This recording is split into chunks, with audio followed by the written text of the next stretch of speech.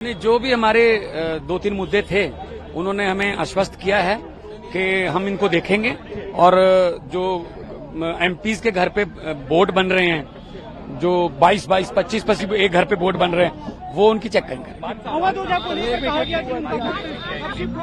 जी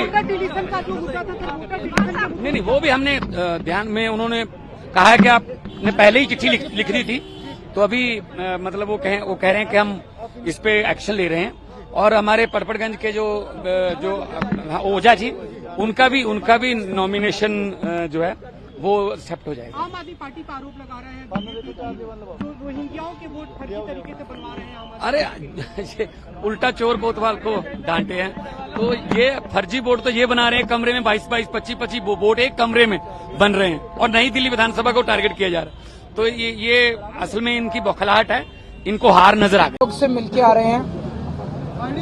हमने सुबह ही टाइम मांगा था और अभी आने के जस्ट पहले हमारे पास उनका फोन आया और उन्होंने इतने शॉर्ट नोटिस पे हमें मिलने के लिए बुलाया। इसके लिए हम चुनाव आयोग का बहुत बहुत शुक्रिया अदा करना चाहते हैं। एक अच्छी खबर यह है कि चुनाव आयोग ने अवध ओझा जी के नॉमिनेशन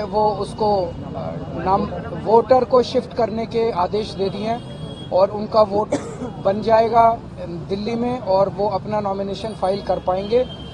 इसके लिए भी मैं चुनाव आयोग का बहुत बहुत शुक्रिया अदा करना चाहता हूं।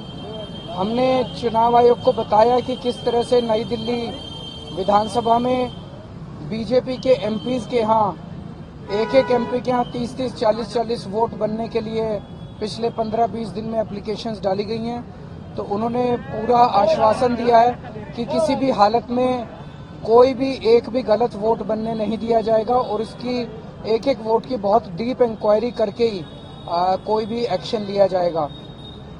और तीसरा था कि खुलेआम नई दिल्ली विधानसभा के अंदर उनका कैंडिडेट जो है वो चादरें बांट रहा है। कल किदवई नगर में चादरें बटी है, एक कॉलोनी के अंदर जूते बांटे गए हैं, एक और कॉलोनी में जैकेट्स बांटी गई है, पैसे बांटे गए, चश्मे बांटे जा रहे हैं। तो उन्होंने कहा कि लोकल डीएम की जो रिपोर्ट आई है वो रिपोर्ट ये कहती है कि कुछ नहीं हो रहा है। तो हमने कहा इससे ये साफ जाहिर है कि लोकल डीएम मिला हुआ है और लोकल डीएम मतलब जब खुलेआम चादरें बट रही हैं, चादरों के ट्रक आ रहे हैं, दोपहर के टाइम में चादरें बट रही हैं, पूरी दुनिया को दिखाई दे रहा है लेकिन डीएम को दिखाई नहीं दे रहा है। इससे ये साफ जाहिर है कि डीएम मिला हुआ है। हमने आज फिर से रिक्वेस्ट की कि डीएम को सस्पेंड किया जाए और उसके खिलाफ सख्त एक्शन लिया जाए और ये सब गैर कानूनी एक्टिविटीज बंद की जाए।